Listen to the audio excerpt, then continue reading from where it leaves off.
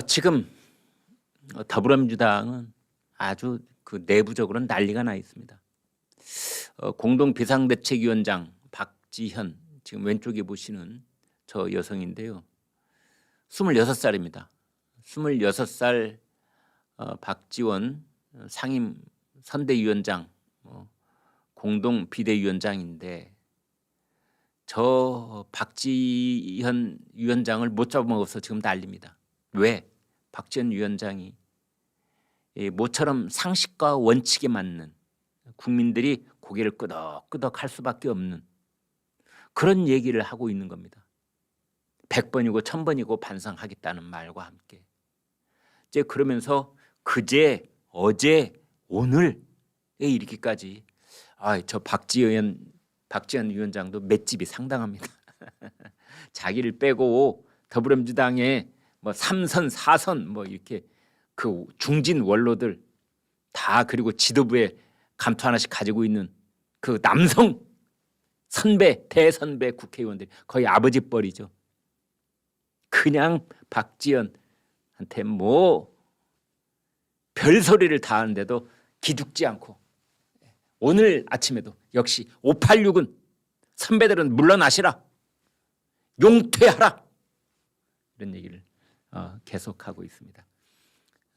지금 아마 같은 지역구에서 3선 이상, 그러니까 같은 지역구에서, 동일 지역구에서 4선 이상은 하지 말자. 예를 들면 송영길 인천 계양을에서 그렇게 오랫동안 국회의원을 했으니 자발적으로 난 그만하겠다, 그래놓고 스스로 한 그런 선언을 뒤집고 배신했죠. 서울시 시장을. 물론 본인이 국회의원 선거는 안 나간다, 그 말은 지켰지만 그보다 더 큰 서울시장 출마를 해서 사람들이 어리둥절했죠. 아니 국회의원 이제 더 이상 안 나가겠다는 건 뭐 지방선거든 국회의원이든 이제 그만하겠다는 거 아니었어? 알고 보니 서울시장 출마를 해가지고 사람들이 이게 그런 말이었나 이렇게 뜨악했었는데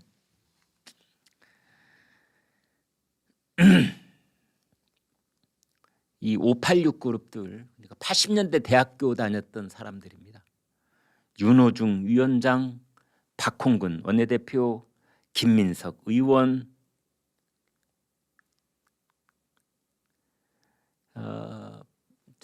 박지현 위원장이 이렇게 말했습니다. 대통령 선거 때 2선 후퇴하겠다는 선언이 있었는데 지금 은퇴를 밝힌 분은 김부겸 전 총리, 김영춘, 최재성밖에 없다. 586의 사명은 민주주의 회복과 정착이었고 이제 그 역할은 거의 완수됐으니 아름다운 퇴장을 준비해야 한다. 떠나야 할 때가 언제인지 알고 떠나는 자의 모습은, 뒷모습은 얼마나 아름다운가. 아름답게 용퇴를 하라. 그랬더니 그 자리에 있는 586들 얼굴이 불그락불그락해졌다는 거 아닙니까?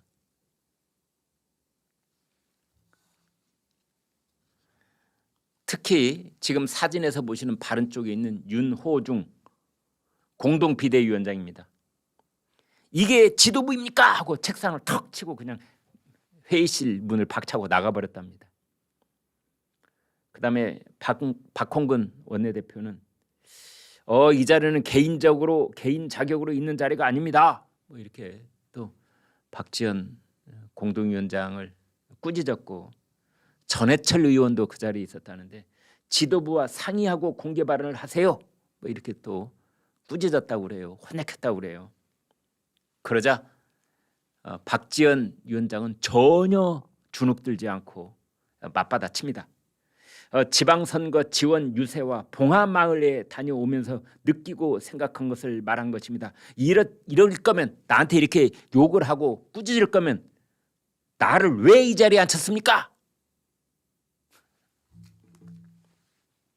나를 이렇게 영입을 해서 공동 비대위원장, 상임선대위원장 역할을 맡긴 것은 더불어민주당이 아무도 이런 얘기를 안 하고 있을 때 나한테 이런 얘기를 들으려고 하는 거 아니에요?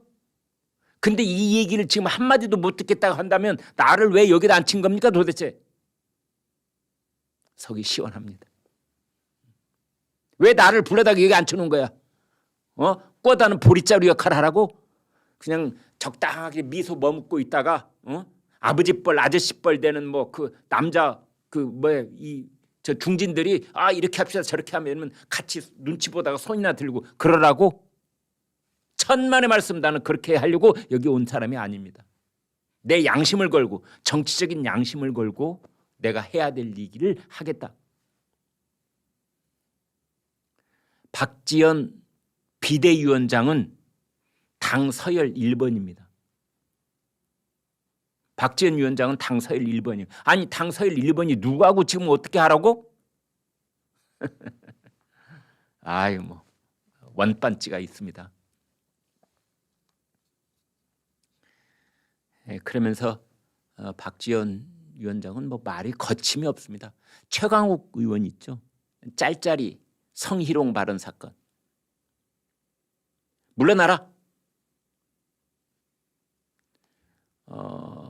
심지어 이런 말을 썼습니다. 비상징계를 하겠다. 왜냐하면 그걸 이 당 윤리심판원에 넘겨놨거든요. 그랬더니 그 윤리심판원이 뭐라고 그랬느냐. 6월 1일 지방선거 끝나고 6월 20일쯤 윤리심판원 회의를 다시 열겠다. 그런 겁니다. 그러자 박지원 위원장이 징계를 하려면 6월 1일 지방선거 있기 전에 징계를 해야만 유권자들의 마음을 움직일 수 있을 텐데 뭐라고요? 선거 끝난 다음에 징계위원회 회의를 열겠다고요? 윤리심판원은 더 이상 믿을 수 없으니 비상대책위원회에서 비상징계를 하겠다. 이렇게 나오고 있습니다.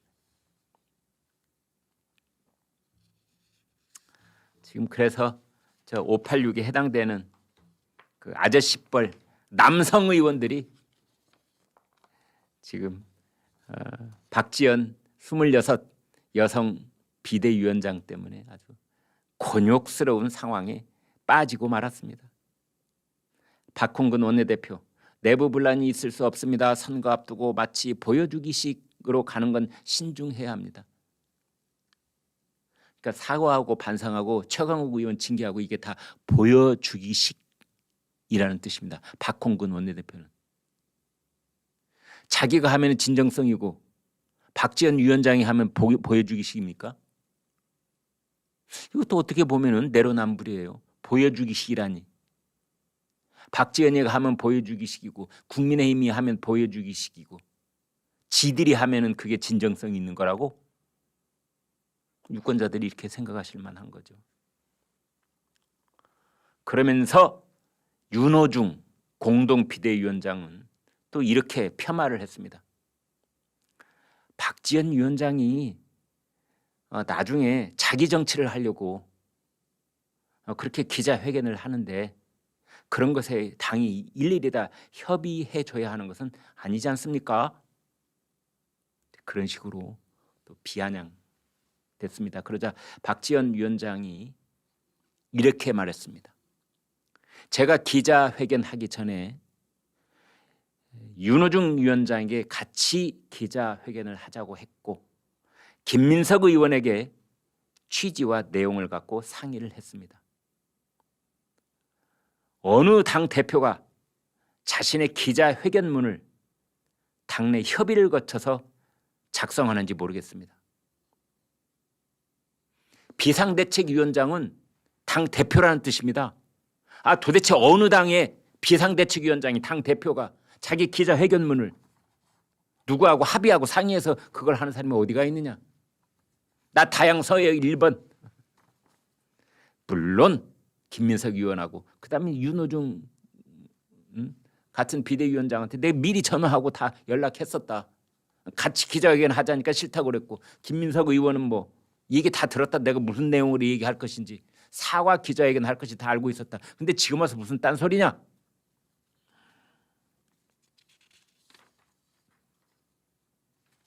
그런 겁니다. 그런데 이렇게 올바른 소리는 외로운 법이지요. 고립무원의 처지에 있다. 박지원 위원장을 옹호하는 목소리는 아주 소수의 목소리입니다. 박용진 의원 같은인데요. 박지원 위원장의 옆에 함께 서겠다. 박지원 위원장의 솔직하고 직선적인 사과가 울림이 있었으리라고 본다. 또 양이원영 의원, 박지원 위원장의 문제가 아니라 듣기 싫은 얘기를 들을 수밖에 없는 우리의 상황이 문제다. 이렇게 꼬집었습니다. 몸에 좋은 약은 입에 쓴 법입니다. 그런데 그 약 안 먹으려고 그러죠.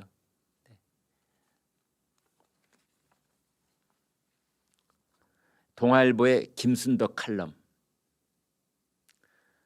박지원 위원장이 민주당이 희망이다. 그런데 이재명에게는 재앙이다. 그런 말을 했습니다.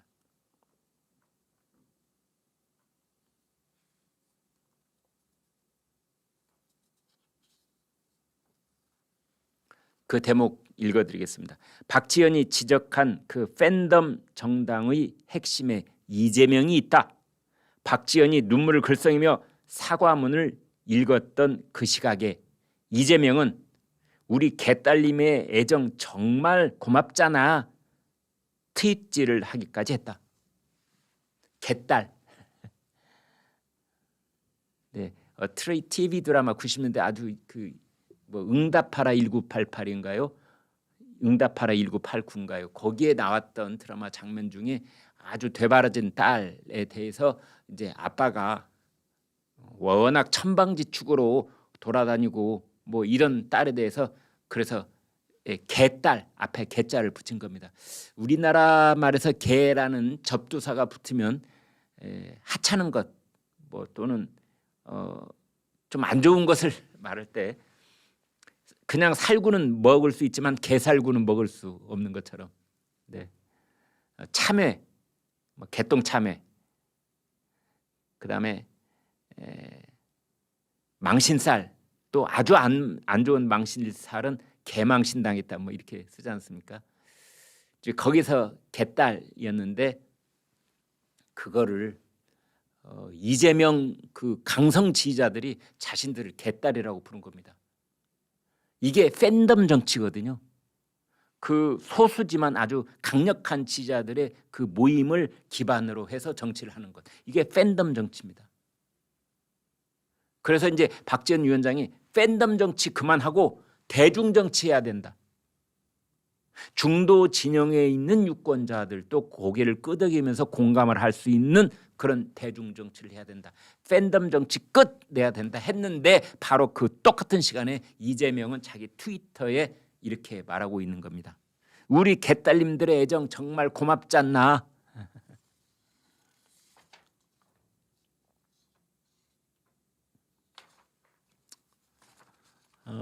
사실은 좀 아이러니한 것이 박지원 위원장은요, 굳이 분류를 하자면 친 이재명 쪽이라고 할 수가 있습니다.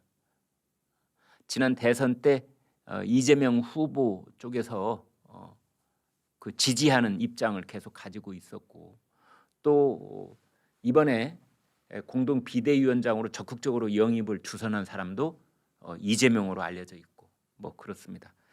그 책이 나왔는데요.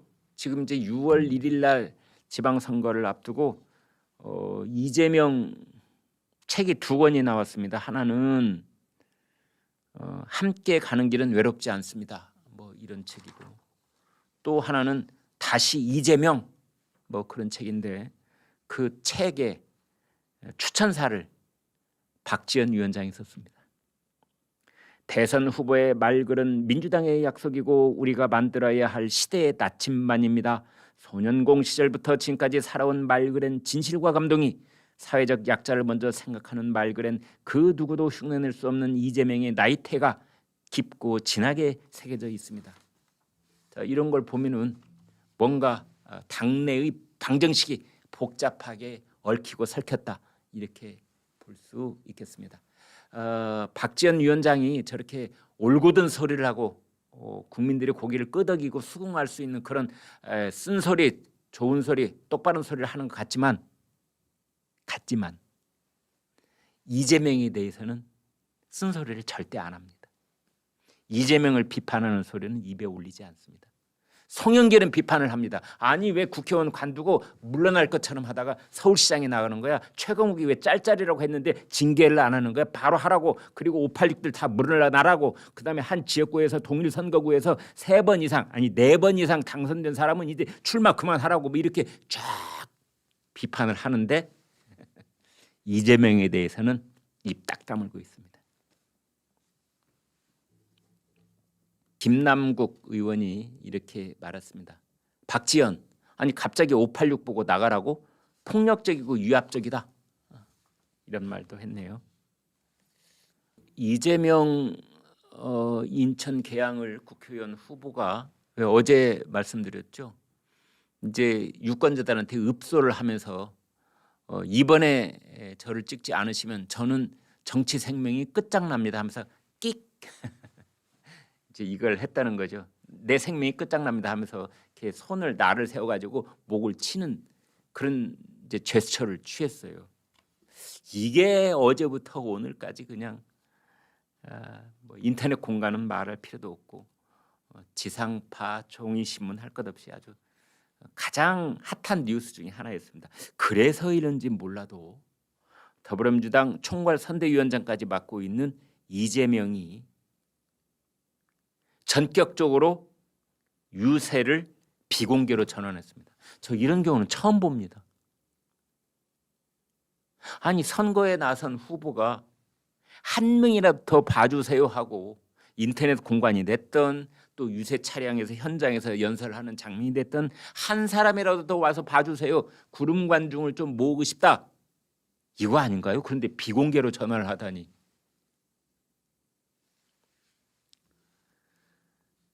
최근 경쟁자인 윤영선 국민의힘 후보와 박빙 구도라는 여론조사가 잇따르자 지역 내에 표심이 심상치 않다는 결과가 있다. 뭐 이런 판단에 따라서 공개 위주의 선거운동 전략을 수정했다.